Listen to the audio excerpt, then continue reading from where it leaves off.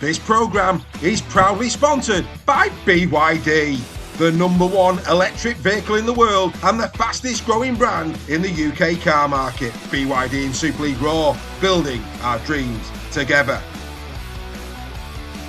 And the home of Super League Raw, the Bluebell in Warrington. Make this your pre- and post-game destination for the best food and drink in town.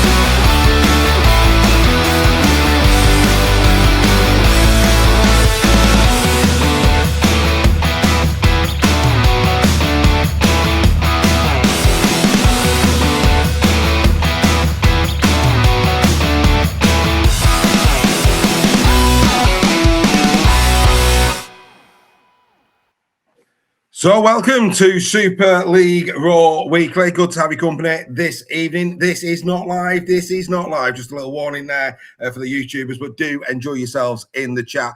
Yours truly having a little bit of a holiday as we speak in Cornwall, no less. I'm probably knee-deep in pasties, seagull poo, and whatever else is down there at this moment in time. But Reggie, I take it you're still well and truly at home? Well and truly at home. I'm not like you, fine dining in Rick Steen's restaurant. Rick Steen's or Rick Stein's? Rick Stein. Which depends which part of the country you come from, mate. Yeah, but anyway, we didn't want a Tuesday night to come and go without a bit of weekly, so we thought, right, as we did last year when yours truly had a little sabbatical, we thought we'd do a quick a show with a little bit of a difference. Of course, we don't know what has happened as we record this in round number 21.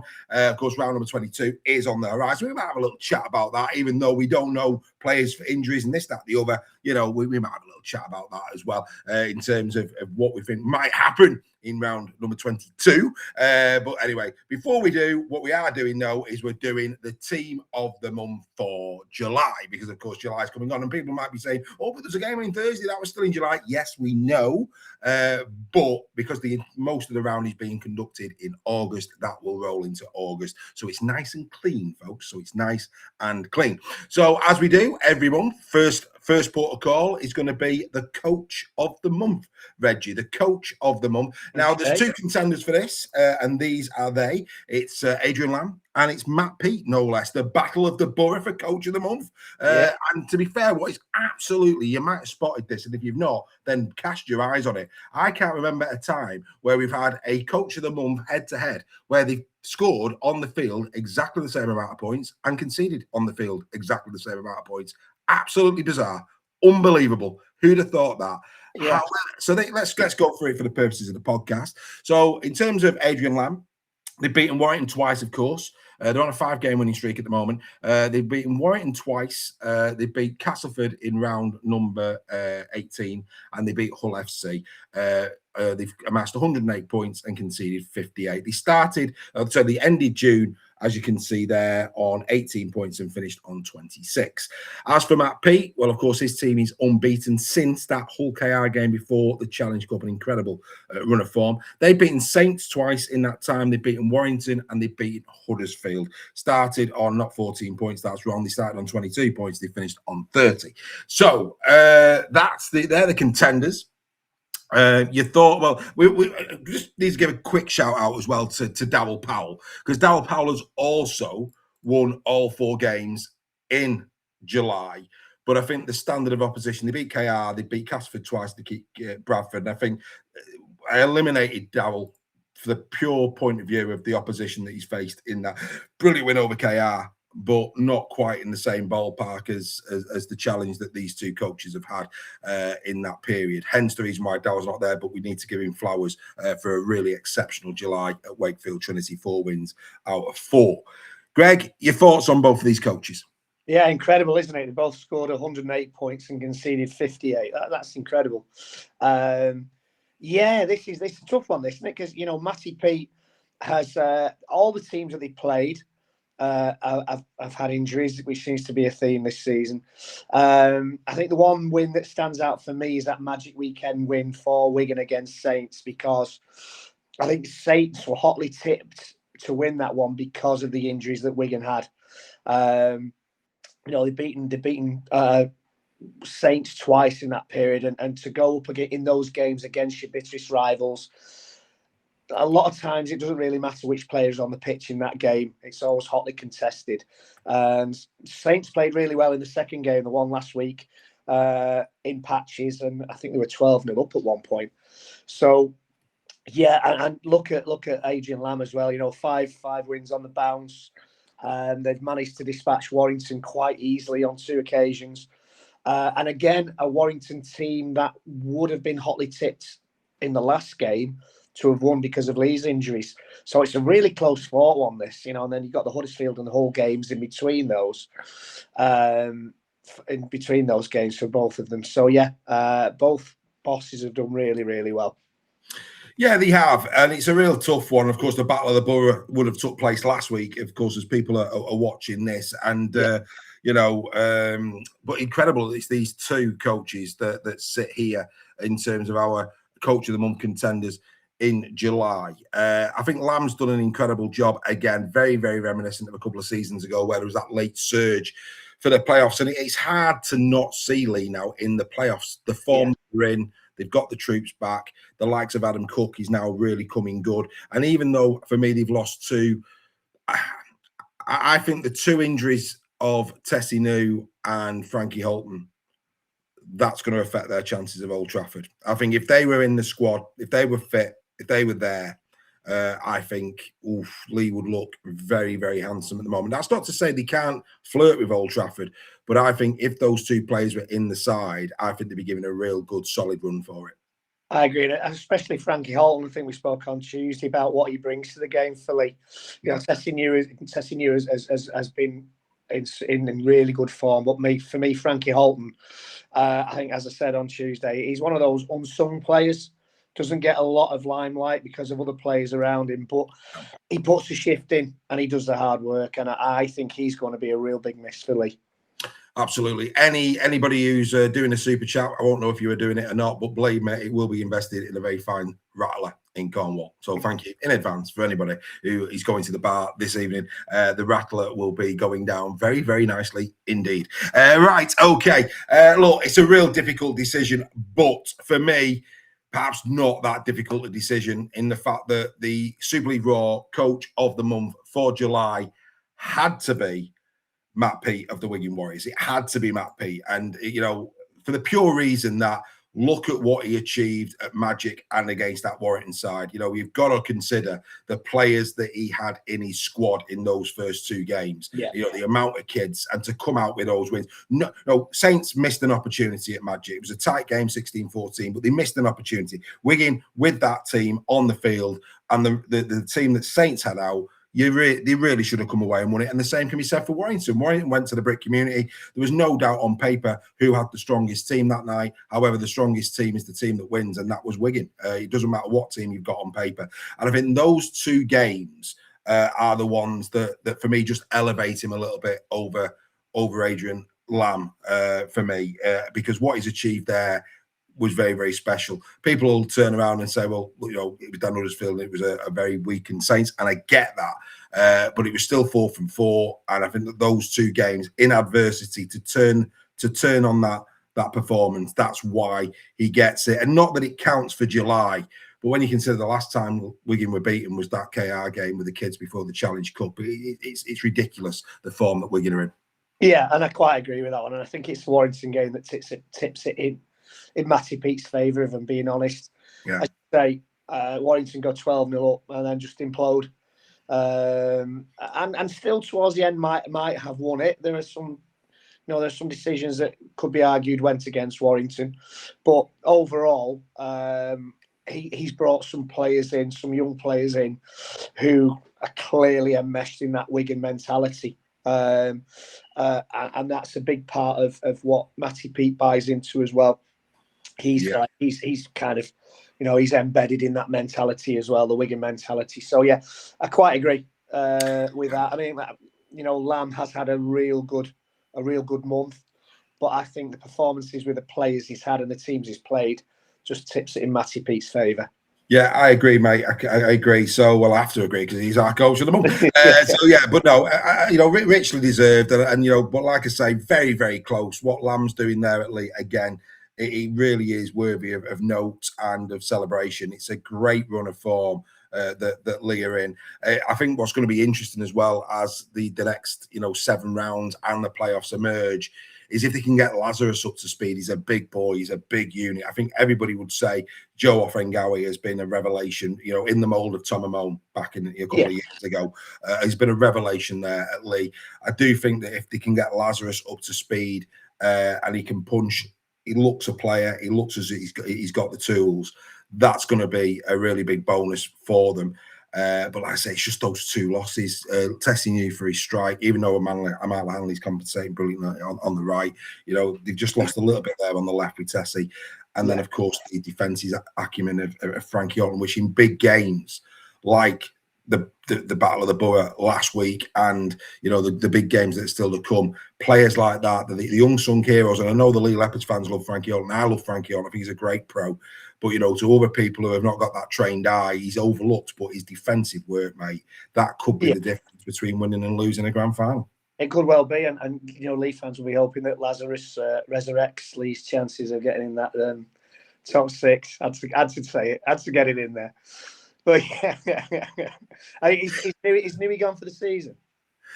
I believe. Well, I don't. I think he has. I mean, I don't know. We've not really heard a lot. Maybe he'll be back. Actually, Tessie might be back. I think Frankie Orton's gone.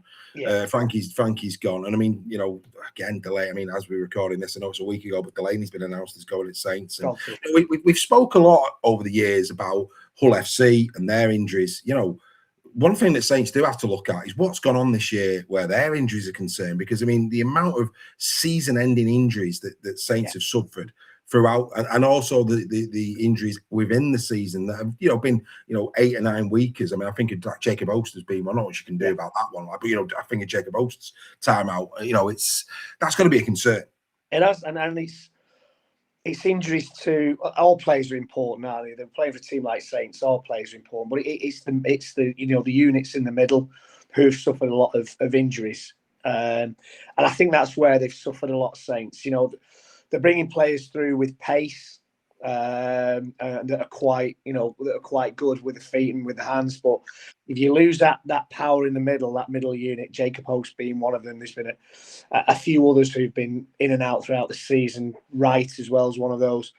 These are big units, and these set the platform for those the players with the quick hands and the speed to do what they do best. Yeah, it's a real issue, and a lot of teams have been cursed by this, by injuries this season. That has curtailed a lot of their chances of doing well not only in the league but getting into playoffs. You know, it's been a story of the season so far that injuries hitting throughout the season. You know, Leeds have probably been one of the teams that have benefited up until recently. Now, Sebo's a big blow. Hanley's a blow. But Leeds usually get all their injuries out of the way by July and then make a push for the grand final. It's just been a theme of the season so far. Yeah, that's been Wigan this year. Again, that's the danger, isn't it? You know, Wigan are coming good at the right time in terms of their personnel coming back. But you're right. They've also, sorry, David, but they've also proved that the players that are coming in can do the job as well. So that's the frightening thing. You know, the Hodkinsons and players like that have been brought in.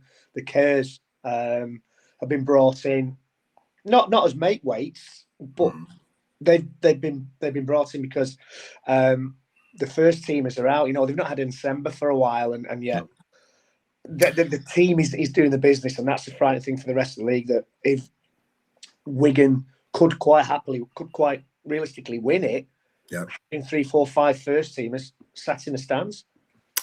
Yeah, no, you're not wrong, mate. I think from a Leeds perspective, obviously, as we record this, I'd be amazed if Leeds hadn't beaten Toulouse last week. But then they've got 2 really tough games: Wakey away and then Lee at home. And you know, I think about that left edge, no Sevo, and if Hanley isn't back still at those points, that left edge is weaker going into those 2 games, and that could again be the difference in them. But anyway, we will come back to that in a couple of weeks. Well, next week when I'm back. Let's look at who is in this July's Team of the Month. Here we go.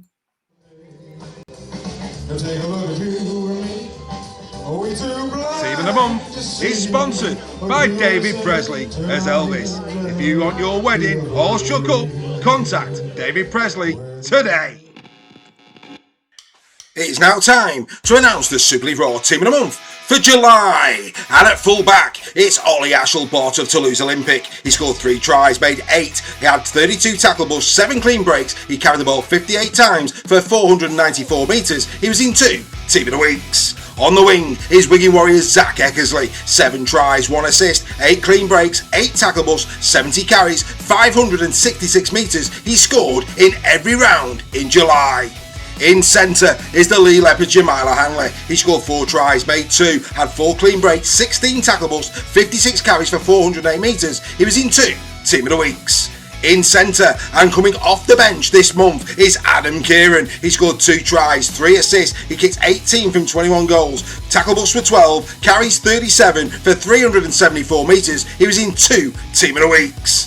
On the wing is Wakefield Trinity's Tom Johnstone. 5 tries, 1 assist, 7 clean breaks, 19, 26 carries for 768 metres. He was in 1 Team of the Week.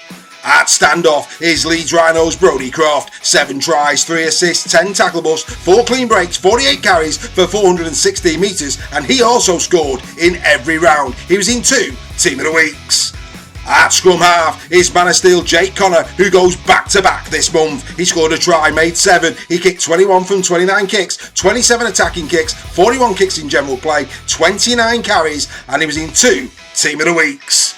At prop forward is Wakefield Trinity's Caleb Hamlin-Welly. 2 tries, 1 assist, 15 tackles, 97 tackles, 57 carries for 513 metres. He was in 2 Team of the Weeks. Alongside him will be his hooker Tyson Smoother. He has improved dramatically. 1 try, 2 assists, 125 tackles, 4 tackleables, 10 dummy runs, 208 metres. He's been picked on his consistency over the 4 rounds. At prop, it's a clean sweep for Wakefield Trinity across the front line. It's Caius Fiatilli. 3 tries, 1 try assist, 12 tackleables, 79 tackles, 58 carries for 524 metres. He was in 2 Team of the Weeks. In second row is Toulouse Olympique Michu Jassom. 5 tries, 3 clean breaks, 114 tackles, 12 tackleables, 45 carries for 304 metres. He was in 2 Team of the Weeks. Alongside him will be Leeds Rhinos James McDonnell. 5 tries, 1 try assist, 101 tackles, 2 clean breaks, 40 carries for 378 metres. He has been in 2 Team of the Weeks. And finally, at loose forward is Harry Rushton of Huddersfield Giants. 156 tackles, 33 from marker and 98% efficiency. 18 tackleables, 57 carries for 436 metres. He's been in 1 Team of the Week. He has been sensational across the month of July. And this month on the bench will be Lee Leppard, David Armstrong and Adam Cook. Also, Wigan Warriors, Oliver Partington, and finally, Jazz Tavanga of Wakefield Trinity. This is your Team of the Month for July.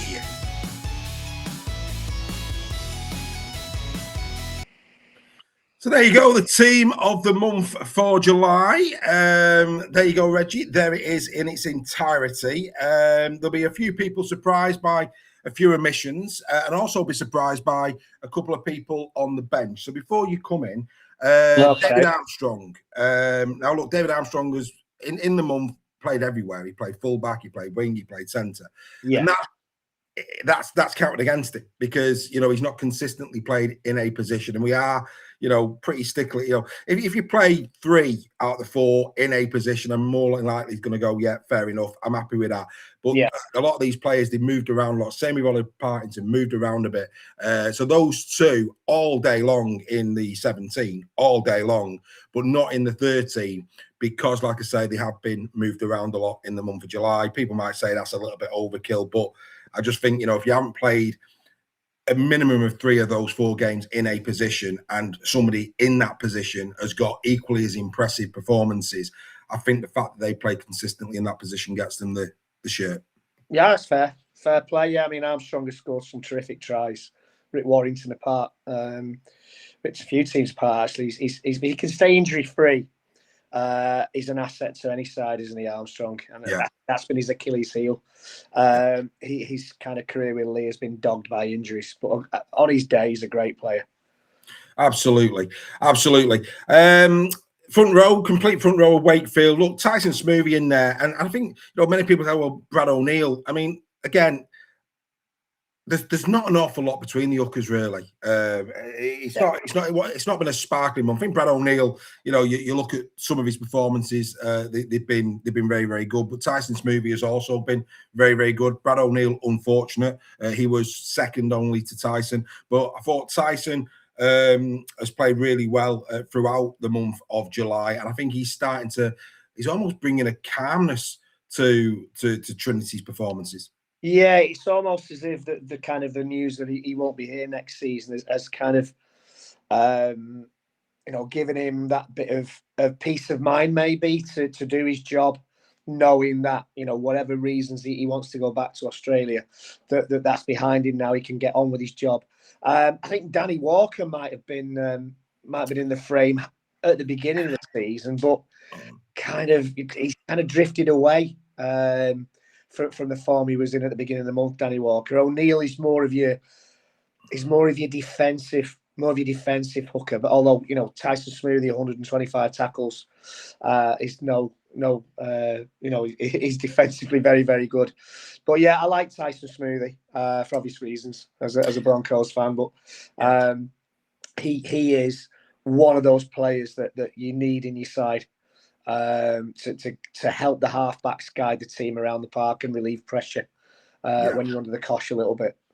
Yeah, and I think, you know, Brad O'Neill, I remember the Magic game against Saints, played very well. Danny Walker played exceptionally well against KR. But like I say, they've had these standout games, but consistently across the 4 rounds, they've had dips. Whereas if you look at Tyson Smoothie, it's been pretty much a straight line. He's been very, very consistent throughout the month. And like I say, I think he's done some really good work for Trin. No major surprises in terms of the front rowers, albeit I must give Luke Thompson a message, a note in dispatches. Luke Thompson, very, very unlucky not to be in the front row in the July month. He too has had a great week. Yeah, it's come back really well after kind of his injury problems as well, Luke Thompson. He was one I was going to mention, as well as, you know, Danny Walker for different reasons that started like house on fire and then just drifted alongside the team's performances, really. Yeah, like I say, and this is what I mean. People will be sitting there going, "Yeah, but you know, this is what the likes of that Danny Walker performance against KR. That sticks long in the memory, and it does. It sits there. It does. I mean, obviously, Luke Thompson couldn't go in because he didn't play the Magic game. Of course. But the 3 games after that, he's been impeccable, absolutely impeccable. Jake Connors there for that 40-20 alone. Well, Absolutely, yeah, absolutely. So there you go. I mean, at half-back pairing, of course, there at Leeds, James McDonnell in again.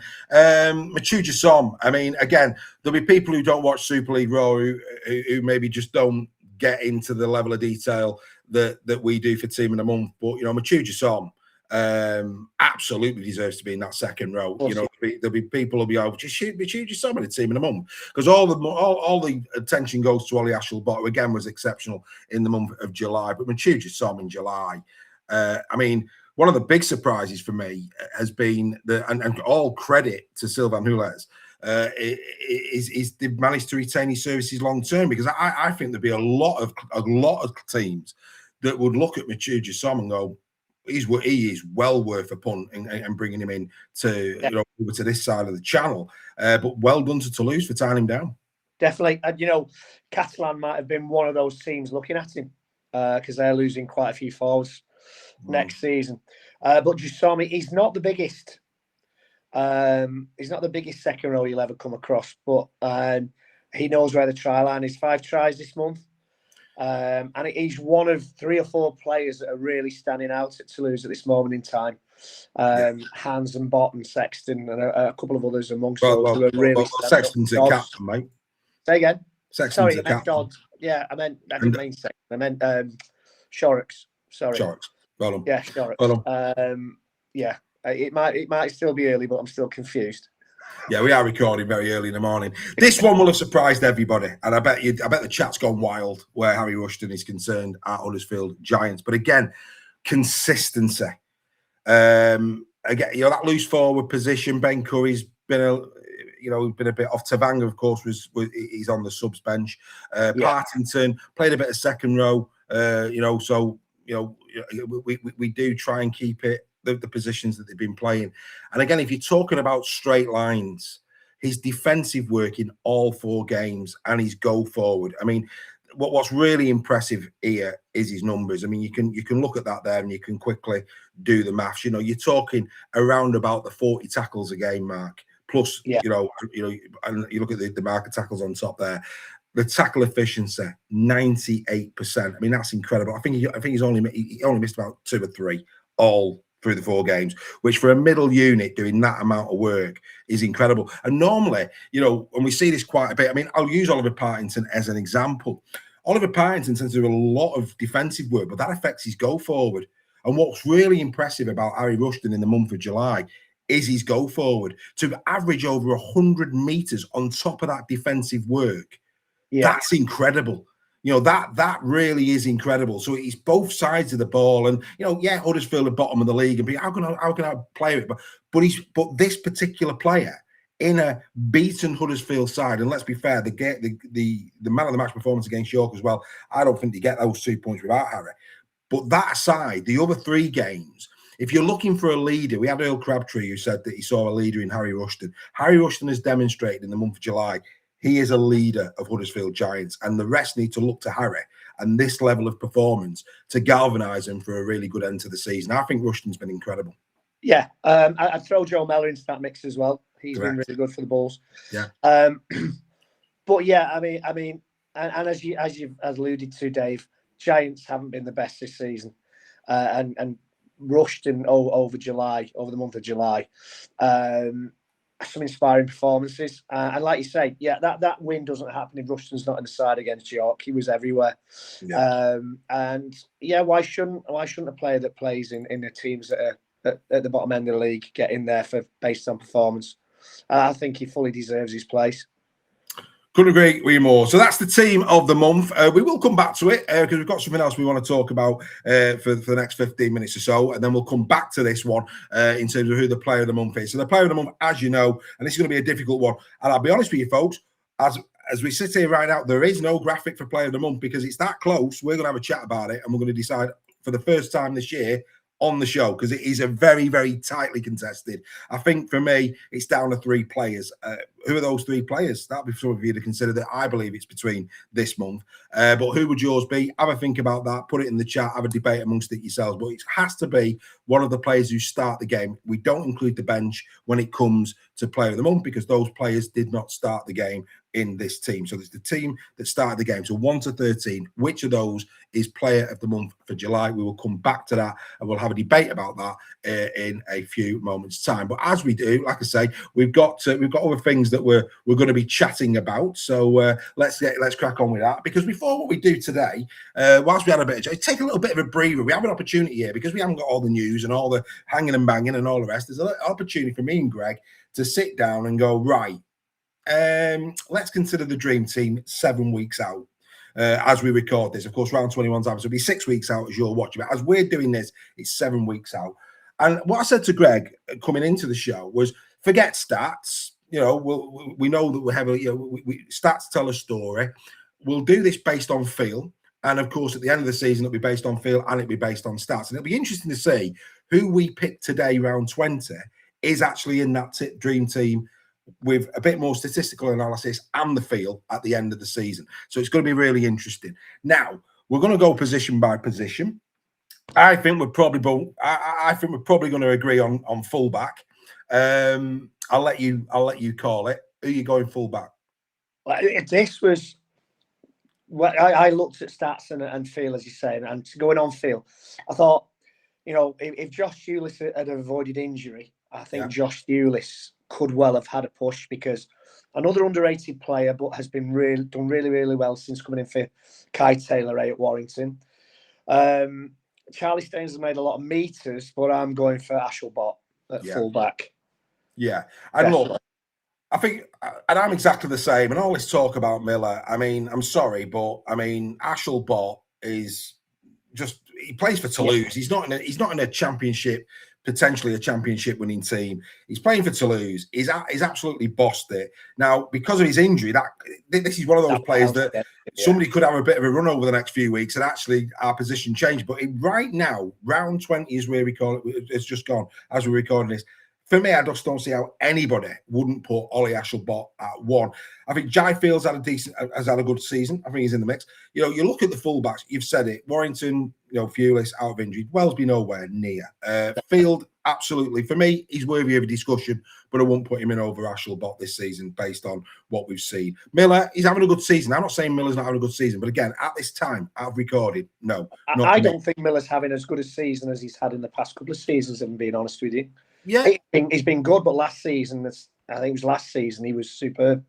Yeah, I agree with that. I think, I agree. I think there's a lot of flowers around Lockie, and I think Lockie's playing well, and I think what he adds to Leeds is incredible. But for me, we're talking who is the best in the position, and I think there's no. I mean, Ashelbot single-handedly, and this I think is the difference between Miller and Bott.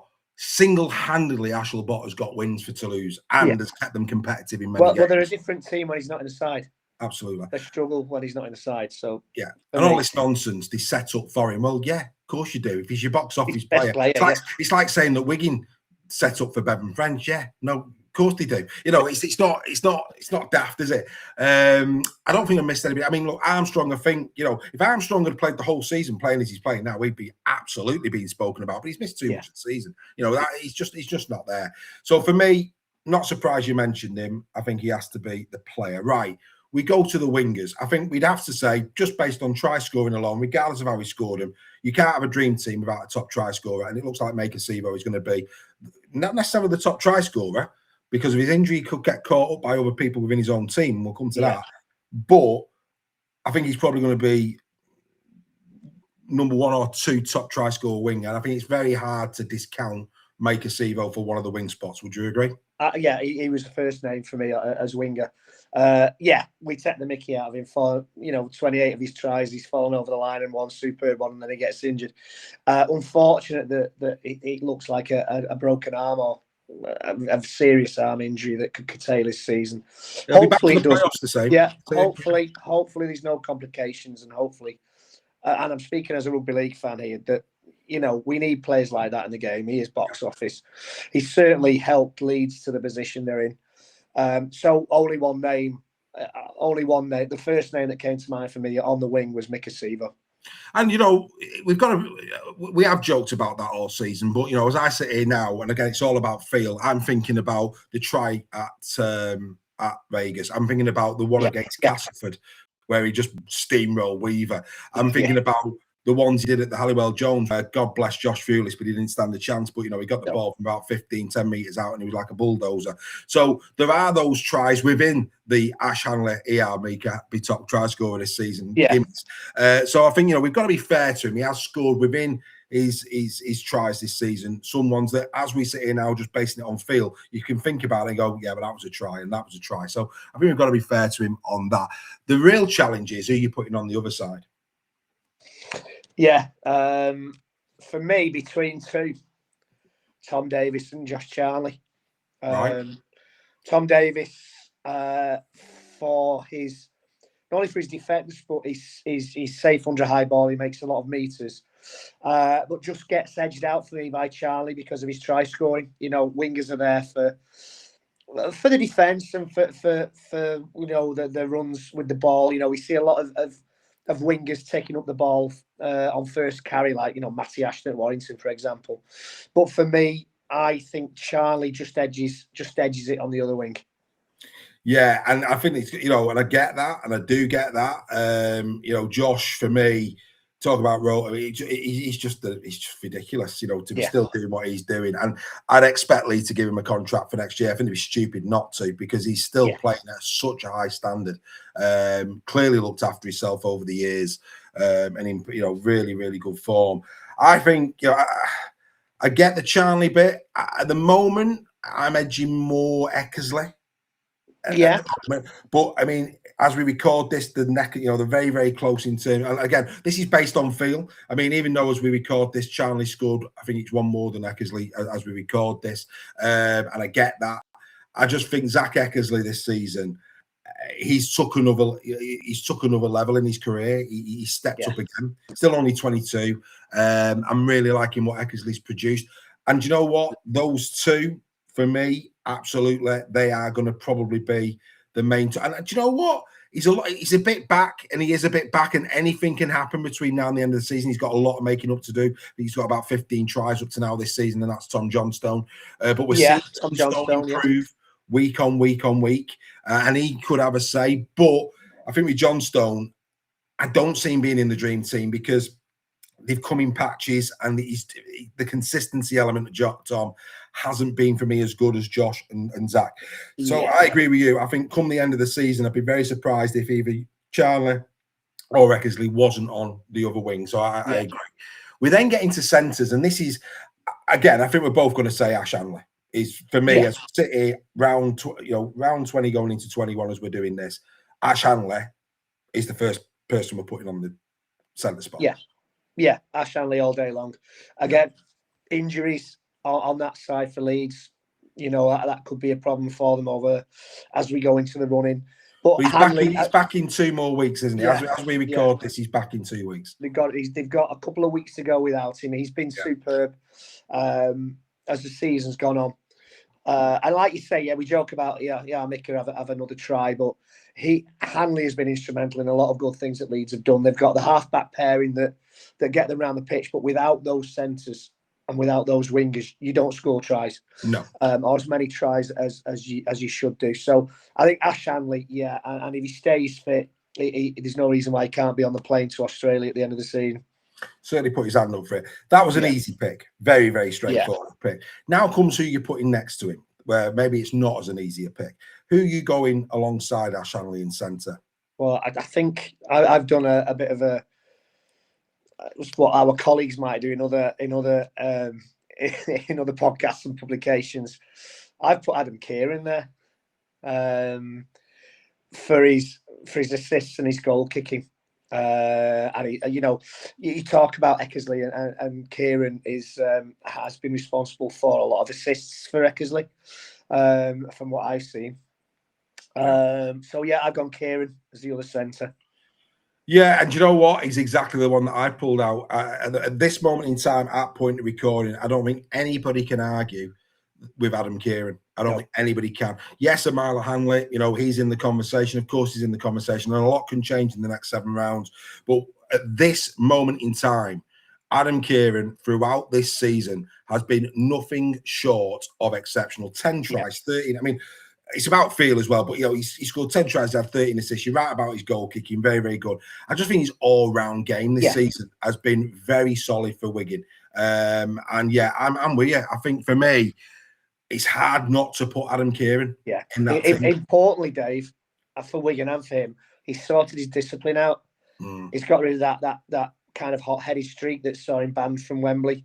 You know, missed appearance at Wembley a couple of seasons ago against Warrington for a needless red card the week before. For me, he sorted his discipline out, and he is one of, alongside Ash Hanley, the best centres in Super League at this moment in time. Yeah, and by the time we get to the dream team, I think Yamala Hanley will be pushing. Hanley's a different type of centre, isn't he? His guile and his pace sets him aside, and you know he's quite a powerful player for his size, Hanley. But I think for me at this moment in time, Kieran just edges him. You know, this is look. There's certain players this season that have come on the rails. Who the word improvement, Ewan Irwin being case in point. You know, you say Ewan Irwin has improved this season, but in terms of the old guard, players that have been around for the last 3 or 4 years, I would put Yamala Hanley as perhaps the most improved player in the last 2 years. I really would. I think what we're now seeing from Hanley is incredible. I don't think many people. I know we got Dream. I thought he was fortunate Dream Team last year. I thought he was. I did feel he was. I had no issue with it. But I thought, you know what, that when he got picked for Dream Team last year, I wasn't 100% comfortable with it. But it showed his improvement. This year, I think he's gone from very good, great might have been a bit too far, you know, but very good last year, to becoming absolutely great and a game winner and a game changer. And that's where he's at now. He's elevated himself to a completely different level. And it's been incredible. And you've got to give tribute to Adrian Lamb, who saw the quality in him and has nurtured him really, really well. Yeah. We've said many a time, with a name like that, very, very difficult to go and carve out your own name with a name like that. But he's doing it, you know. Yeah. And to the youngsters out there who don't even know who Ellery Hanley is, I'm sorry, Ellery, but that'll be a fact. They won't have a Scooby-Doo. Hanley in his own right. And I think, the mad thing about Yamala Hanley is he lives in the age of digital. He lives in the age of social media. And that, again, goes against Ellery. The old guard, Ellery Hanley, and great player, 3-time man of steel, absolutely, and we know how great a player Ellery Hanley was. But I think because Yamala's at the time where you can get the highlight reels, you can get the reels on the social medias of his great tries and his assists and all the rest of it. I think he's carving out his own legacy, which is, must be great for the lad, because, that's got to have been a big shadow. And I think it's fair to say that the shadow has disappeared. Yamala now, which is probably one of the biggest tributes I can give to him, the shadow's gone. He is now a rugby player in his own right with no comparison required. He is an exceptional talent. Yeah, and the one word that I would use is become reliable. Absolutely. He can rely on, and some people might think I'm talking my usual rubbish, but he can rely on him to do the job and do his job well. A couple of seasons ago, maybe he's handling, or it might have let him down, or the pressure of the game might have let him down. We've seen him make mistakes in a few games in the past, but he's become reliable, and that's always that's one of the biggest assets you can have. In any sport, is that you can be relied upon to do the job that you're in there to do, and he does it so well. You're right, Dave. Splendid. Right, let's get into the halfbacks then. We're going standoff. Now, at the start of the season, you're probably sitting there going, certainly Mikey Lewis, George Williams would be in the conversation. Bevan French can't be in there because of his injuries. I'm sorry, but that'd be a nonsense. He's missed too much of the season. He'll have a big say in the season, but he can't be in the dream team. Sorry, but he can. That whittles it down a little bit. I know who I'm putting at 6. Who are you putting at 6? Well, you're right, Dave. George Williams injury. I know you guys laughed at me a couple of weeks ago when I said on his day he can be the best half in the comp, and you laugh, but on his day is what I meant. On his day he can be. He's not consistently the best, but on his day he can do some great things. Yeah. Mikey Lewis, for me, discipline has let him down. So there was only, the first name that came to mind, and I gave it some thought, and he stayed at the top of my list, was Brodie Croft. Yeah. The number of tries he scored, in July have been, is it 7 tries he scored in July? Yeah. You need that from your halves. You don't only need them to get you around the pitch and to control the game. You need them to stand up and score tries as well. So for me, it's Brodie Croft. Yeah, and again, I'm with you. I'm with you. I'm with you all day. I think I think Brodie Croft has been overlooked. But because of the likes of Hanley. I mean, every time everybody's talking about Leeds, they're talking about Ash Hanley. They're talking about Maker Sivo. Yeah. And for me, Croft has gone a little bit under the radar. And we've got to remember that when Brodie Croft won Man of Steel, I think he scored, if memory, 7 tries and 25 assists. That's what he got that season. Yeah. And at Salford, he's had 23 tries this year and 10 assists. Yeah. I mean, for a standoff to be scoring that amount of tries, he's not a winger. He's not. I mean, we've seen Bevan French do it, and we've waxed lyrical. If that's Bevan Lewis do it. Yeah, if that's Bevan French, standard. It's the rugby league media is all over it like a rash. Yeah. And we know Mikey Lewis has got it in his locker. Mikey's stats last year was absolutely ridiculous. The year before when he won Man of Steel, even more ridiculous. So, so when standoffs produce these type of numbers, it shouldn't be overlooked. It's incredible. Yeah. And I said earlier in the piece about Sivo's injury that, top try scorer. Well, if Croft carries on, by the time Sivo comes back, it could be very close. Yeah, it could be very, very close. And imagine that, Maker Sivo. Sorry, Brodie Croft. If Brodie Croft was to win top try scorer in 2026, that's some story, Greg. It is, but well deserved. He's playing well. A lot of people might have, me especially, when it was heard he was coming to Orrington. It was like, really? But he's turned it on, and I think there's a reason for that, and we'll go into that when we talk about scrum half. I think there's a reason he's playing so well. Probably, yeah. I mean, look, we know again, Bevan French. He was top try scorer a few years back. So it's not beyond the realms of possibility that a player in that position scores it. But I think he should be getting more flowers than he does. For me, 7's a shoe, and it's Jake Connor. It's not even up for discussion. Jake Connor. I mean, don't get me wrong.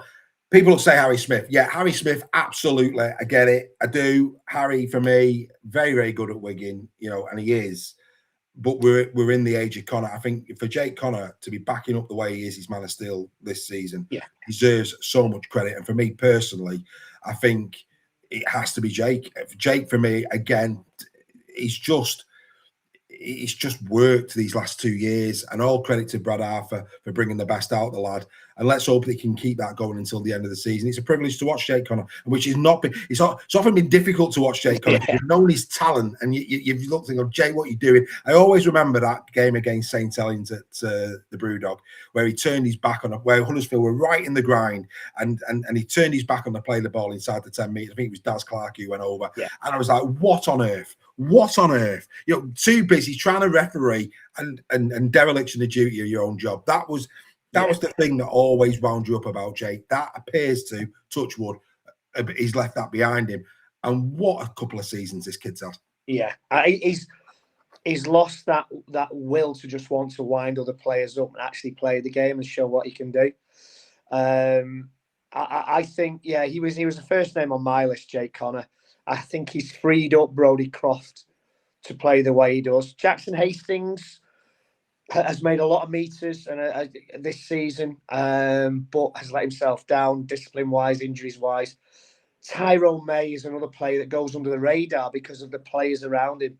I think Tyrone May doesn't get the raps he deserves sometimes in that KR side. KR fans will disagree. They know what a good player he is. But outside of KR, I don't think he gets the raps he deserves. Harry Smith, you're right. We saw what happened when he was missing for a few games early in the season. Wigan lost 5 on the bounce, unheard of. Yeah. But for me, Jake Connor, that 40-20, the way... The 2020. The 2020, yeah. The way he has, as you say, Dave. And should have been at the Brewdog, that. Hey, there you go. Boom! Have a bit of that one. Have a bit of that one. Should have been in the Brewdog. Oh, that just came. That just came. Go on. Sorry. He's still Sorry, there. Dave, He's still there. Go on. Hey, AI scripts. As if. Carry on, mate. It's there. Go on, carry on. Sorry, Dave, you've lost me on that one. 2020 Brewdog. Yeah. Brewdog. Lost Lager. Brewdog. We don't know. Lost Lager. Brewdog. Oh, no, it wasn't Brewdog, was it? What was it? 2020? What was the 2020? Mad Dog. Was it Mad Dog? It was close. Dave, It was close. Anyway, maybe I do need AI. Move on. Is it still Tuesday? It must be. Carry on. I can't. I've lost me thread. But anyway, Jay Connor's been superb. Let's move on. Yeah, let's move on to the front row. Now this is interesting. Front row. For me, contenders. Well, I think one's a shoe-in, and that's Hamlin Ueli. Or Hamlin Welly. Getting told off for that. Hamlin. I think Thompson has to be in the conversation, and Vitelli. Meekin maybe on the outside of that, perhaps.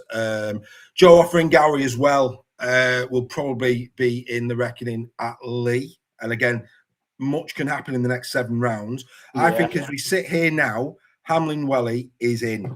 He's in. It's his place to lose. I think he is an absolute. The other side, I think it's potentially still up for grabs. As well as Vitelli's playing, I think he's closer to the likes of Offering Gowrie, Thompson, etc., for there to be a discussion around that. Is Hamlin Welly in your side? Yeah, first name on my list, actually. Fair play. Yeah, what a find. Yeah. What a find. One of a number of finds in the kind of the middle units over the last 2 seasons.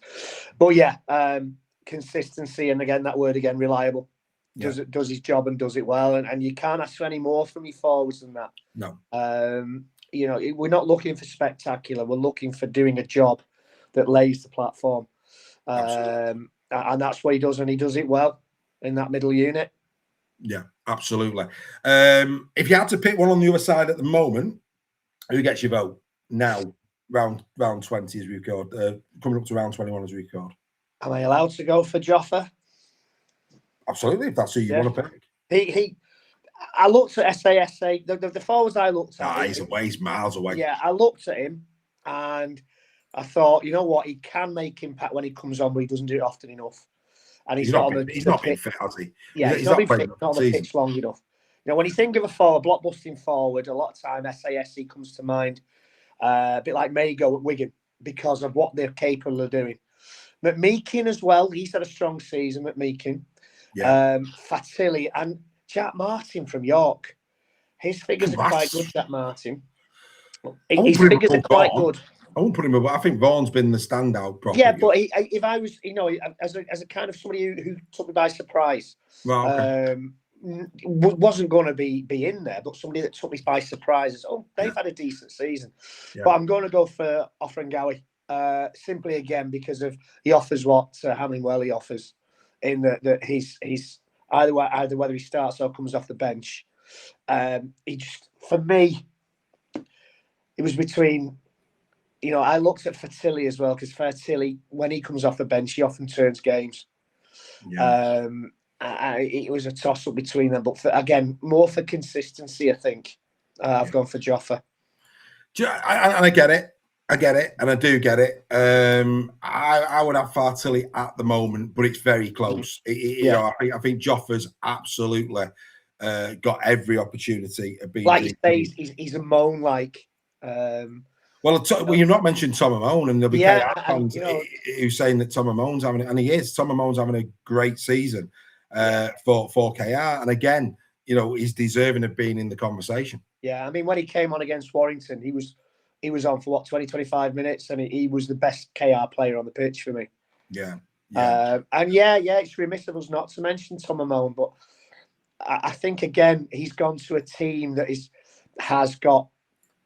Or did have consistency across the board in those front units, whereas when he was at Lee, he kind of stood out more because of the team he was in, and that's no disrespect to Lee.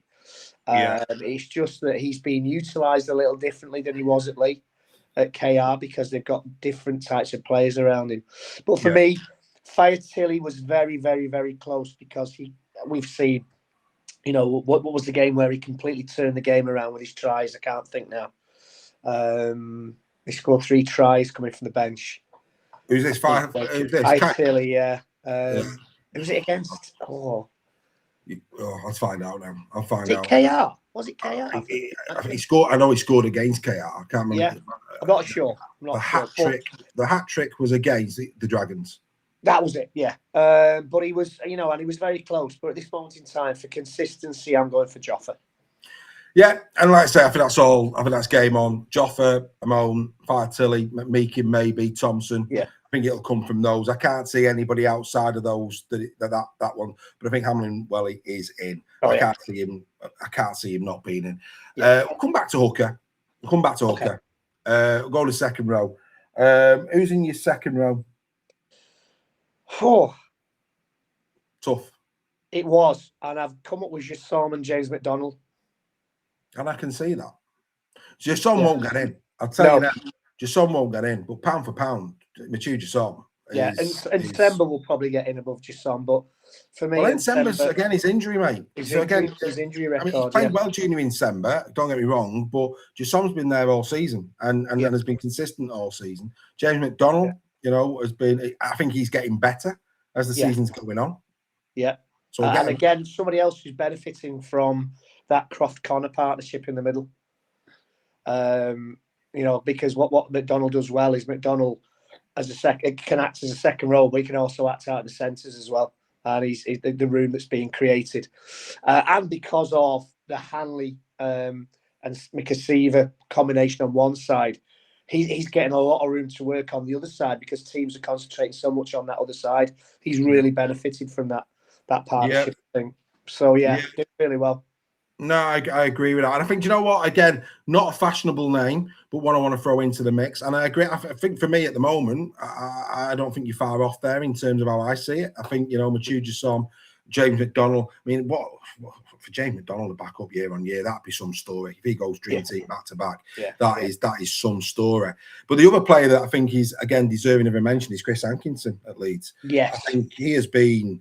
Again, just a player you just did not see at the start of the season producing the rugby that he's produced. But he has been, again, that word consistency, so good for the Leeds Rhinos this year. Would have put him in above Jasson and McDonald at the moment? Probably I wouldn't. But, all tribute to him. And again, you look at Wakefield, you've got Isaiah Vagana as well, who I think is another player that will have a say in this. I think he'll be well and truly in the mix when we get down to it. But I think, as you say, just in terms of impact and feel, I think at the moment those would be for me.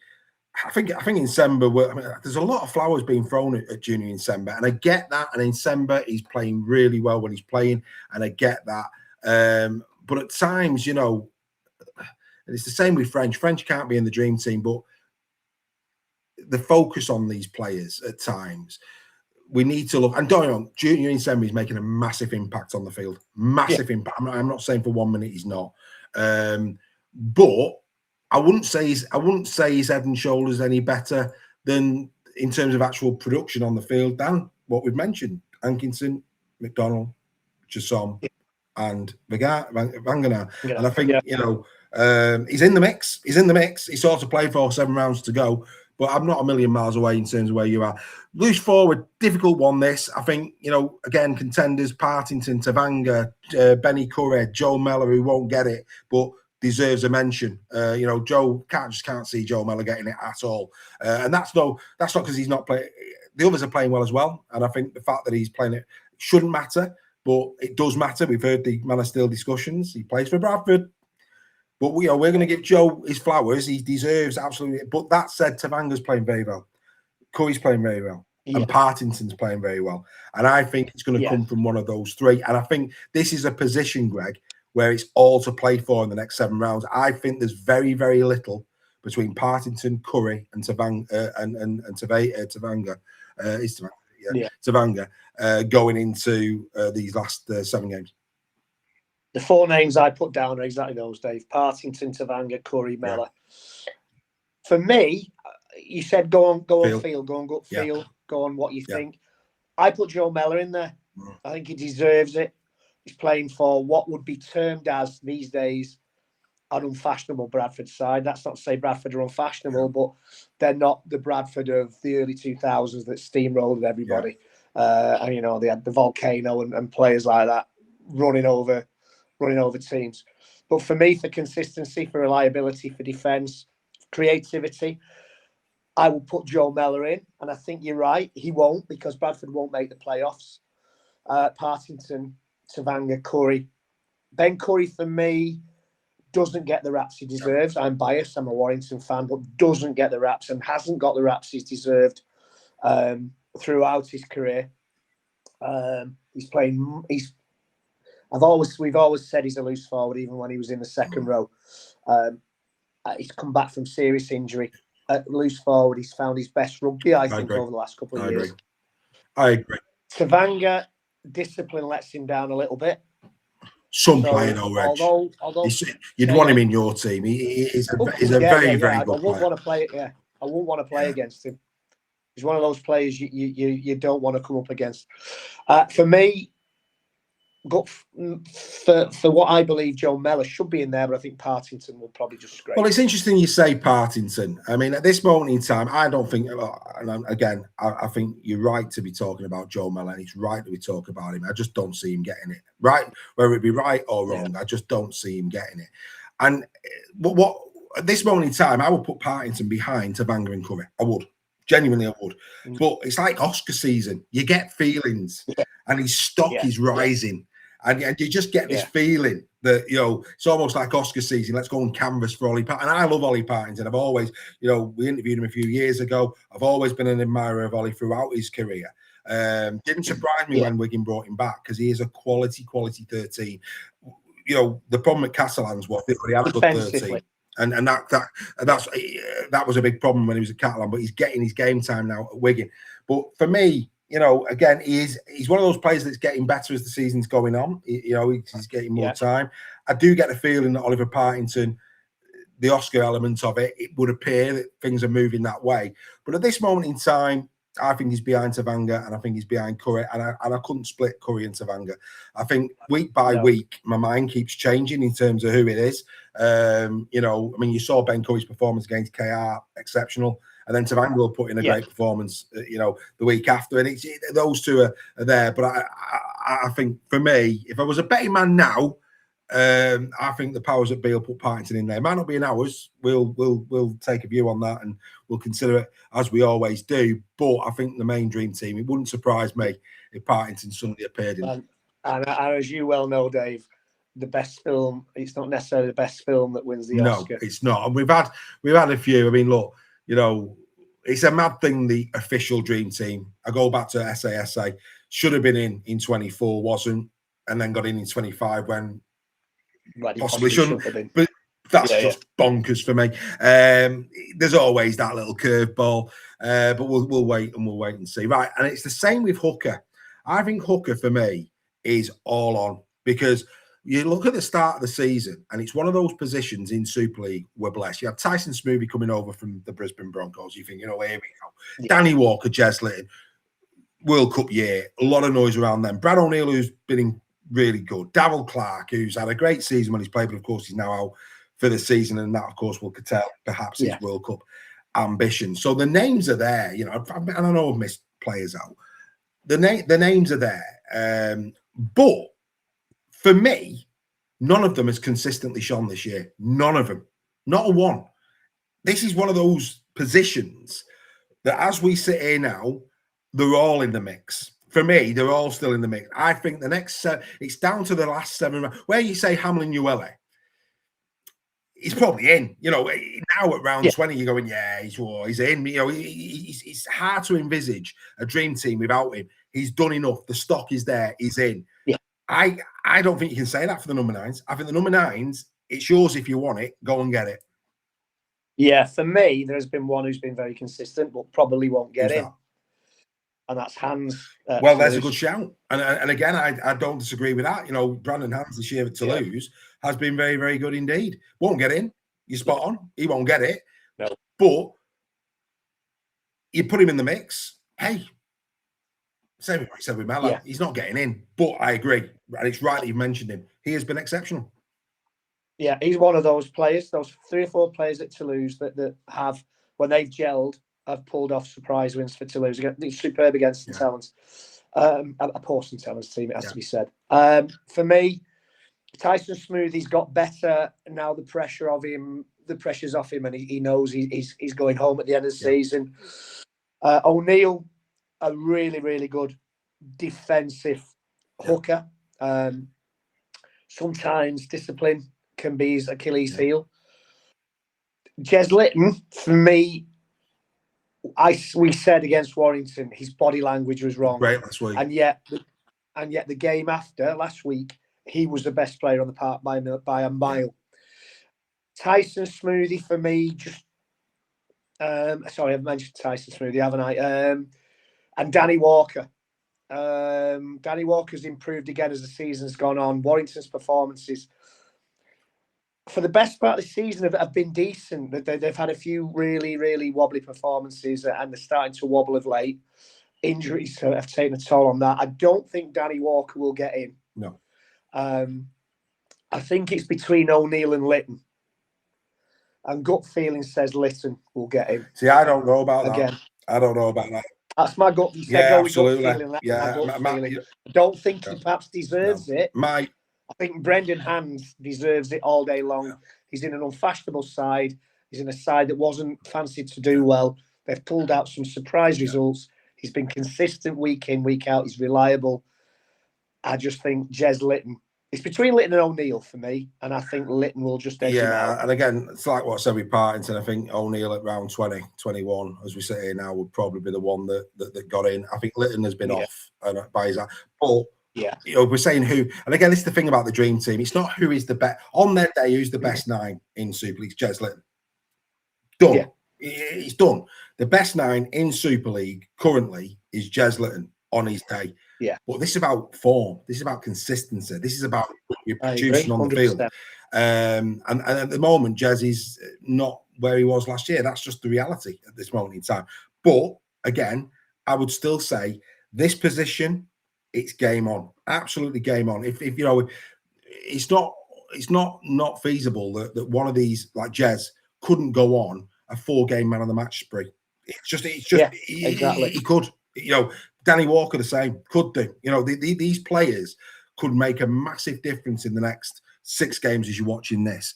And you know, sorry to interrupt you there, but with Danny Walker plays well, Warrington play well. Whereas with other players, you know, with Litton can play well, but he's got other players, Tyrone May, Mikey Lewis, you've got, you know, well, he's injured now, but Arthur Morg, you've got the pack at KR. There are certain players that if they play well, the team plays well, and a class Brendan Hands in that as well, along with Ashelbot and Shorrocks. So you know, it is a difficult one. Hooker, you know, gone are the days when Daz Clark walked it, or, you know, Roby walked it. There are a lot of really good hookers out there in the competition at this moment in time. Game on. It's game on in those positions. Good chat, and you know, I'm sure there's many people now that have been debating freely in the chat as well. I don't think we're going to be a million miles away. I'd be very surprised if any player that hasn't been mentioned in that discussion made the Dream Team. I think we've probably covered the contenders. It's going to be very interesting over the next few weeks to see who rises in there. Some are absolute shoo-ins, I would say. And do you know what? As we sit here now, you put Ash Hanley in that same category. I think Hamlin, Whitley, Hanley, Connor. You'd like to think Croft. But I think there's a few that are up for grabs. Right. Before we move on to Player of the Month, and then we'll conclude the show. So it's a shorter show, this one, than normal, but there you go. Apologies from Joel and apologies from Steph. Let's go to on field right now. Round 21 just gone. Round 21 about to land. Your man of steel after 20 to 21 rounds. Ooh. Who would it be? Now, right now. Jake Connor. I agree. He goes back to back. Absolutely. And if he gets them the shield, I don't see how it can't be. You know, if Leeds hold on and they get that shield, Jake Connor's been the architect of that, and absolutely Jake Connor goes back to back.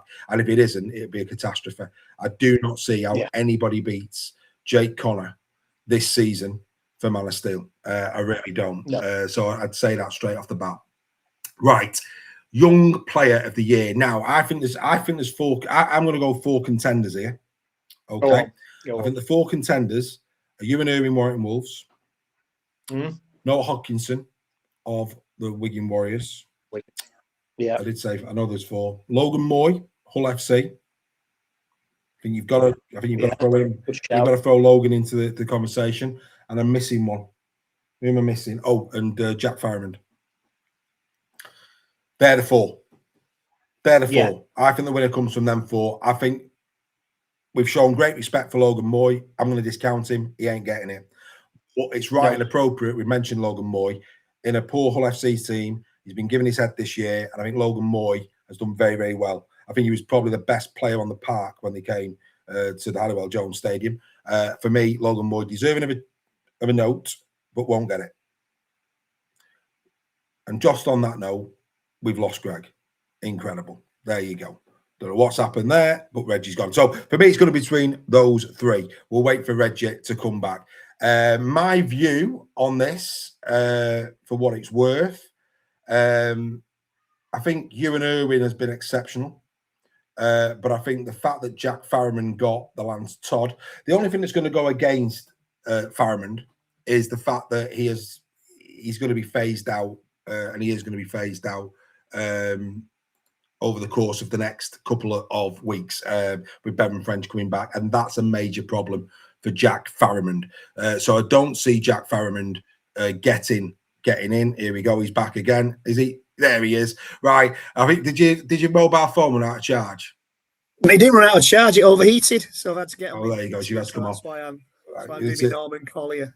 Fair enough. You have to do your Morgan Collier for the last 5 minutes, but it was much better on your phone. Sorry about that, Dave. So yeah, it's fine. So I've just said to catch you up. Ewan Irving has been exceptional, and I think there will be a lot of people saying. I think Hodgkinson has. I think Farrand had Bevan French been out longer with the Lance Todd, but if he's not playing over the next few weeks and months, then that could affect it.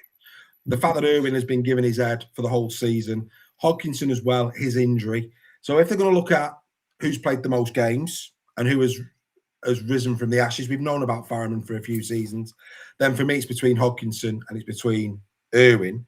And I think Hodkinson's injuries could go against him. I think there'll be a lot of votes for Ewan Irwin. I do, but I do think some big lads are in the mix. They're the 3 for me.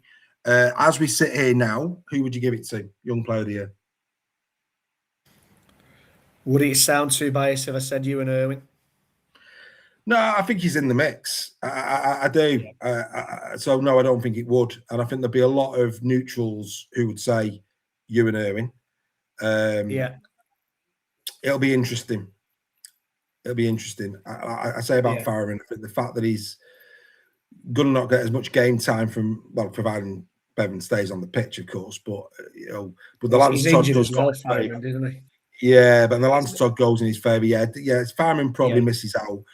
Hodkinson and Irwin, and for me, for a young man like Ewan Irwin to be in that position on the field and to be playing the way he's playing, Hodkinson's been superb, but he's on the wing.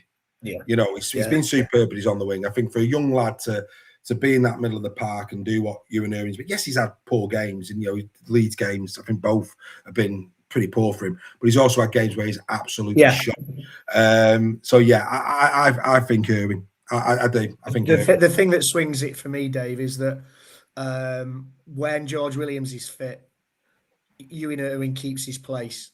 The other players, when players around them are fit, they lose. Apart from Logan Moy, they lose their places. Farriman goes out, Hodkinson goes out. Ewan Irwin keeps his place for me. Yeah, that's a good shout. Irwin was in for the season. Yeah, it's a great shout. So, right, let's go back to, let's finish the show off by going back to the team of the month. This was it. We're going 1 to 13. I'm sure you've said in the chat who you are going to give yours to. For me, it's down to 3 players here for July. Ollie Ashelbot, Brodie Croft, and Jake Connor. Those will be the 3 that I think out of that pool of players will be the players that we would look at. Would you agree? Yeah, I threw Fire Tilly in that mix as well. For me, I'm going Brodie Croft. You're going Brodie Croft? Yeah. Yeah, and do you know what? I'm agreeing with you. I'm agreeing with you. I think, you know, Jake Connor's been very, very good. I think Ollie Ashley-Bott has been very, very good. I agree.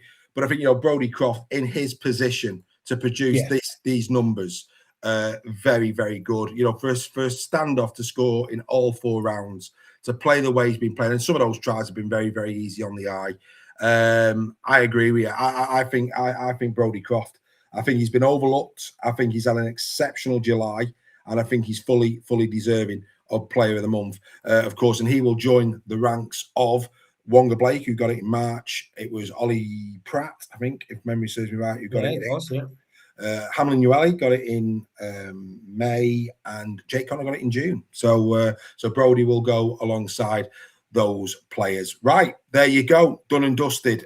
We said we come back to it late. I agree with you, but I do think Ashley-Bott and Jake Connor also ran him very, very close. But I'm going to go Brodie this month, and congratulations to him on getting that. He's our Player of the Month. We will be back same time, same place next Tuesday, live though, for Super League Raw Weekly. We hope you have a great week. Bye for now.